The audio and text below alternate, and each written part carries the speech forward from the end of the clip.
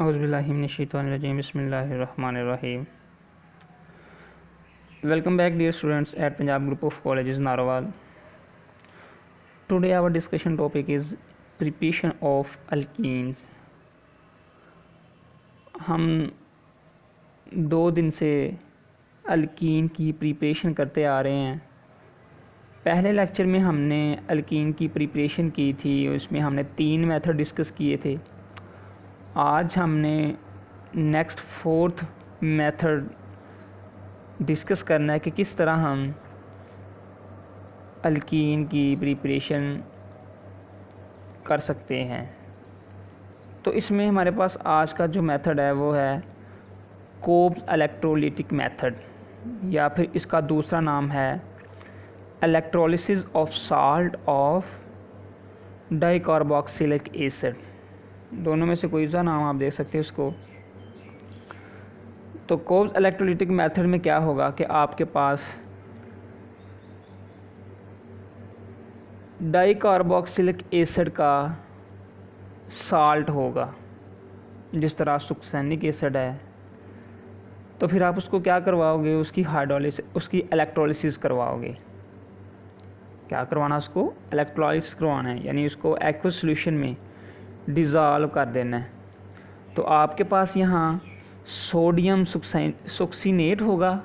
जब आप उसको वाटर में डिज़ोल्व करोगे तो वो आयंस में कन्वर्ट हो जाएगा, यानी कि उसकी आयोनाइजेशन होना शुरू हो जाएगी। तो पहला रिएक्शन हम देखते हैं, ये हमारे पास क्या है, डाई सोडियम सुक्सिनेट। जब इसको हम वाटर में डिज़ोल्व करेंगे तो इसकी क्या हो जाएगी, आयोनाइजेशन हो जाएगी। आयोनाइजेशन का मतलब क्या है कि इसके पॉजिटिव एंड अलहदा हो जाएंगे और नेगेटिव एंड अलहदा हो जाएंगे।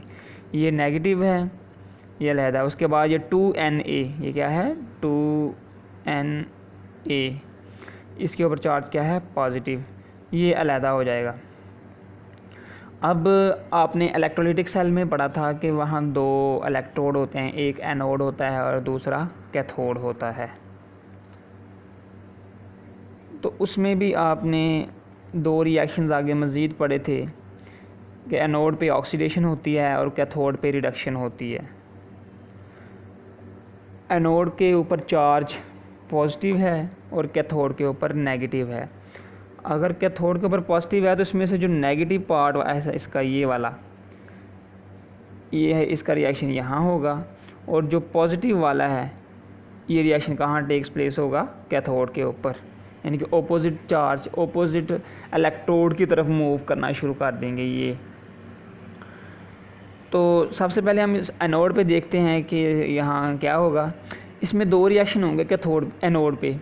पहले रिएक्शन में क्या होगा, जब आप इसको इलेक्ट्रोलाइज करेंगे तो आपको ये भी पता है कि एनोड का मतलब क्या है, यानी कि इसमें ऑक्सीडेशन होनी है। तो ऑक्सीडेशन किसे कहते हैं, लॉस ऑफ इलेक्ट्रॉन या lose of electron is called oxidation. इसमें इलेक्ट्रॉन क्या होना है, निकलने हैं, रिमूव होने हैं। तो उसके बाद आपके पास जो फ्री रेडिकल आएगा, फ्री रेडिकल की मज़ीद आपने इलेक्ट्रोलिसिस करवानी है तो आपके पास अल्कीन प्रिपेयर हो जाएगी। तो देखते हैं क्या है आपके पास। ये ऊपर जो आपने फार्मूला पढ़ा था, या डाई सोडियम सॉक्सिनेट को जब आपने आयोनाइज करवाया था तो 2 एंड्स बने थे उसके, एक नेगेटिव पार्ट और एक पॉजिटिव पार्ट, और जो नेगेटिव पार्ट है वो आपने यहाँ से ले लिया है। ये सुक्सिनेट आयन है, एक केट आयन है और एक एनायन है। एनायन की बात कर लेते हैं जिसके ऊपर नेगेटिव चार्ज है। तो इसने, अब देखें, एक इलेक्ट्रॉन इसना, एक इलेक्ट्रॉन इसका, ये दोनों इलेक्ट्रॉन लूज़ कर देंगे। एक इलेक्ट्रॉन लूज़ करेंगे, नहीं, इसका मतलब क्या है, 2 इलेक्ट्रॉन इसने लूज़ करने हैं। तो 2 इलेक्ट्रॉन यहाँ से निकल जाएंगे तो इनके ऊपर फ्री रेडिकल का डॉट आ जाएगा। तो नेक्स्ट में देखें, आपके पास जो ऑक्सीजन थी उसके ऊपर क्या आ गए हैं, फ्री रेडिकल आ गए हैं। अब इसी फ्री रेडिकल को मज़ीद आपने इलेक्ट्रोलाइज करवाना है या इलेक्ट्रोलिसिस इसकी करवानी है। तो ये जो बॉन्ड है ये ब्रेक हो जाएगा, ये वाला, और कार्बन डाइऑक्साइड अलहदा हो जाएगी। तो आपके पास कार्बन डाइऑक्साइड भी गैस के तौर पे आ गई है, और उसके बाद जो आपके पास पीछे CH2 बचा था वो भी इधर आपके पास आ गया। अब उसकी अगर आप बॉन्ड इसके देखें, बॉन्ड देखें तो वो सिंगल था पहले, अगर आप कार्बन की टेट्रावैलेंसी पूरी करना चाहें तो ये टेट्रावैलेंसी पूरी नहीं होगी, यानी कि उसकी जो टेट्रावैलेंसी है फुली सेटिस्फाई नहीं है। तो फिर आप क्या करेंगे, वो जो सिंगल बॉन्ड था उसको किस में कन्वर्ट कर दें, डबल बॉन्ड को। मैंने आपको पहले भी बताया था कि बच्चों आपके जहन में ये होना चाहिए कि हमने प्रिपेयर क्या करना है, अल्केन प्रिपेयर करनी है या अल्कीन करनी है या अल्काइन करनी है। तो इस लिहाज से फिर आपके लिए ईजी हो जाएगा कि हमने बनाना क्या है आगे। ये आपके पास अल्कीन प्रिपेयर हो गई है, और कौन सी अल्कीन है, ये ईथीन है। उसके बाद अगर कैथोड पे देखें तो कैथोड पे रिडक्शन होती है, तो रिडक्शन का मतलब क्या है, gain of electron is called reduction. तो यहाँ से जो इलेक्ट्रॉन दो निकले थे वो इधर आके उसने इलेक्ट्रॉन गेन कर लेने हैं। तो दो वाटर के मालिक्यूल हैं, उन्होंने दो इलेक्ट्रॉन गेन करने हैं, तो आपके पास आगे 2OH और H2 बन जाएगा। ये रिएक्शन बच्चों उसी तरह है, या ये जो आप इलेक्ट्रोलिसिस करवा रहे हैं या कॉब्स इलेक्ट्रोलाइटिक मेथड पढ़ रहे हैं उसी तरह जिस तरह आपने पीछे अल्कीन में अल्केन की प्रिपरेशन में भी ये मेथड पढ़ा था, ये बिल्कुल उसी तरह है।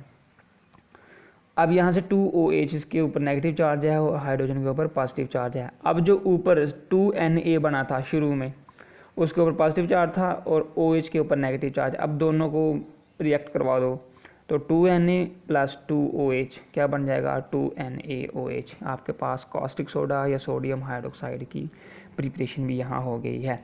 तो आपको जो मेजर प्रोडक्ट चाहिए था वो क्या था, अल्कीन। तो ये देखिए आपके पास एनोड पे ही अल्कीन प्रिपेयर हो गई थी। उसके बाद पांचवा और लास्ट वाला मेथड है पार्शियल हाइड्रोजिनेशन ऑफ अल्काइंस। आपने अल्काइंस की हाइड्रोजिनेशन करवानी है, यानी कि अल्काइन लें उसमें हाइड्रोजन ऐड कर दो। तो आपके पास ये अल्काइन है, इसमें दो हाइड्रोजन ऐड कर दें, एक हाइड्रोजन इस कार्बन के पास आ जाएगी, दूसरी हाइड्रोजन इस कार्बन के पास आ जाएगी, तो आपके पास ये वाला प्रोडक्ट बन जाएगा। तो आप देखेंगे आपके पास एक अल्कीन प्रिपेयर होगी है। अब ये जो रिएक्शन है बच्चों पहले वाला, इसको आपने करवाना है बेरियम सल्फेट की मौजूदगी में, और बेरियम सल्फेट के ऊपर आपने प्लैटिनम कैटालिस्ट की स्पोर्टिंग करवानी है। ये जो आपने यहाँ कैटालिस्ट यूज़ करना है वो कौन सा यूज़ करना है, बेरियम सल्फेट, BaSO4 BaSO4 इसका नाम क्या है, बेरियम सल्फेट। और उसके ऊपर आपने किसकी कोडिंग करवानी है, प्लैटिनम की, PD की। तो आपके पास ये यहाँ कैटालिस्ट होगा, और किसकी मौजूदगी भी चाहिए, क्विनोलिन। क्विनोलिन क्या है, कैटालिस्ट है। कौन सा कैटालिस्ट है, ये आगे ब्रैकेट में लिखा होगा लिंडलर कैटालिस्ट। क्या है, लिंडलर कैटालिस्ट, यानी कि साइंटिस्ट का नाम था, उसने ये कैटालिस्ट इंट्रोड्यूस करवाया था, प्रपोज किया था, तो उसने अपने नाम के साथ इसको रिलेट करके किसका नाम दे दिया, लिंडलर कैटालिस्ट का। ये भी आप चैप्टर नंबर 10 में जाके पढ़ेंगे कि व्हाट इज़ लिंडलर कैटालिस्ट, ये मज़ीद डिस्कस करेंगे आगे जाके। लेकिन आपने यहाँ पे बस याद रखना है कि ये एज अ कैटालिस्ट यूज़ हो रहा है। किसने इसको इंट्रोड्यूस करवाया था, लिंडलर ने, तो उसने उसके अपने नाम के साथ रिलेट करके इसका नाम क्या दे दिया, लिंडलर्स कैटालिस्ट। तो अगर तो आपने एक बात और आपने पीछे पढ़ा था सिस और ट्रांस, अगर दो एडजेसेंट कार्बन के ऊपर सेम ग्रुप सेम साइड के ऊपर लगे होंगे तो उसको आप सिस का नाम देते थे। तो अब देख लें कि यहाँ जो आपके पास carbon to carbon double bond के साथ जो आर ग्रुप लगे हुए हैं, दोनों सेम साइड पे लगे हुए हैं, या दोनों हाइड्रोजन हैं दोनों सेम साइड पे लगे हुए हैं, तो ये कौन सी अल्कीन हुई, फिर सिस अल्कीन है। अगर दो एडजेसेंट कार्बन के ऊपर दो सेम ग्रुप सेम साइड पे लगे होंगे उसको आप सिस का नाम दोगे, और अगर यही ग्रुप ओपोजिट डायरेक्शन में हो जाए, क्योंकि सिस का मतलब भी क्या था, टुगेदर था, अगर ये ओपोजिट डायरेक्शन में हो जाए तो उसको आप किसका नाम देंगे, ट्रांस का। लेकिन उसके लिए यहाँ ज़रूरी है कि जो कैटालिस्ट आपने यूज़ करने हैं वो पहले से हट के यूज़ करने हैं, ताकि आपके पास जो अल्कीन है वो ट्रांस अल्कीन प्रोड्यूस हो। तो दूसरा रिएक्शन यही दिया हुआ है कि जब हम इसका रिएक्शन वही ऊपर वाले आपने रिएक्टेंट्स लेने हैं और आपने इसमें चेंजिंग क्या करनी है, इसमें सिर्फ आपने चेंजिंग कैटालिस्ट की करनी है। ट्रांस के लिए आपने जो कैटलिस्ट यूज़ करने हैं वो है सोडियम, और सोडियम को कैसे यूज़ करना है, अमोनियम, लिक्विड अमोनियम में डिज़ोल्व करके फिर इसको यूज़ करना है। करना सोडियम को ही यूज़ है, लेकिन इसको पहले किस में डिज़ोल्व करना पड़ेगा, लिक्विड NH3 में, यानी कि लिक्विड अमोनिया में, और उस वक्त इसका जो टेम्परेचर होगा वो -33 डिग्री सेल्सियस होगा। तो ये दो रिएक्शन थे, एक में सिस बनी है और एक में क्या बनी है, ट्रांस बनी है। तो सिस के लिए और ट्रांस दोनों के लिए जो कैटलिस्ट हैं ये डिफरेंट हैं। तो अगर आपसे क्वेश्चन पूछ लिया जाए, शॉर्ट क्वेश्चन पूछ लिया जाए कि प्रिपेयर द सिस अल्कीन या सिस ईथीन फ्राम अल्काइन, तो उसके लिए आपने कैटलिस्ट भी यूज़ करने हैं, और ये कैटलिस्ट यहाँ आपने यूज़ करने हैं, उसको याद रखना है कि कौन से कैटलिस्ट हैं। और अगर आपसे ये पूछ ली जाए how do you prepare trans alkene या ट्रांस ईथीन फ्राम अल्काइन, तो उसके लिए आपने जो कैटलिस्ट यूज़ करने हैं ये भी आपको स्पेसिफिकली याद होने चाहिए कि हमने कैटलिस्ट डिफरेंट करके जो प्रोडक्ट है वो भी डिफरेंट प्रोड्यूस होंगे। तो ये थे सिस और ट्रांस अल्कीन की प्रिपरेशन के मेथड, और ऐसे कहने के आपने जो अल्कीन की मेथड थे वो आपने आज कंप्लीट किए। इसके बाद हम इसकी प्रॉपर्टीज़ पढ़ेंगे। तो प्रॉपर्टीज़ में हमारे पास सबसे पहली प्रॉपर्टीज़ है कि अल्कीन के जो पहले मेंबर हैं 3 मेंबर, जिस तरह इथीन है, प्रोपेन है और ब्यूटीन है, ये at room temperature gaseous form में एग्जिस्ट करती हैं। इनके दरमियान फ्री स्पेस बहुत ज़्यादा होती है, इंटरमॉलिक्यूलर फोर्सेस बहुत वीक होती हैं, जिसकी वजह से इसके मेल्टिंग पॉइंट और बॉइलिंग पॉइंट बहुत ज़्यादा होंगे, बहुत लो होंगे। उसके बाद हम C5 से C15 तक देख लें, यानी कि पेंटेन से शुरू करें ऑनवर्ड, तो ये लिक्विड फॉर्म में कन्वर्ट होगी या लिक्विड फॉर्म में एग्जिस्ट करती हैं। अगर हम इससे हायर की बात करें, हायर कार्बन की, जिसमें 15 से अबव वो 16, 17 सो ऑन, इसके जो मेंबर हैं वो सॉलिड फॉर्म में एग्जिस्ट करेंगे।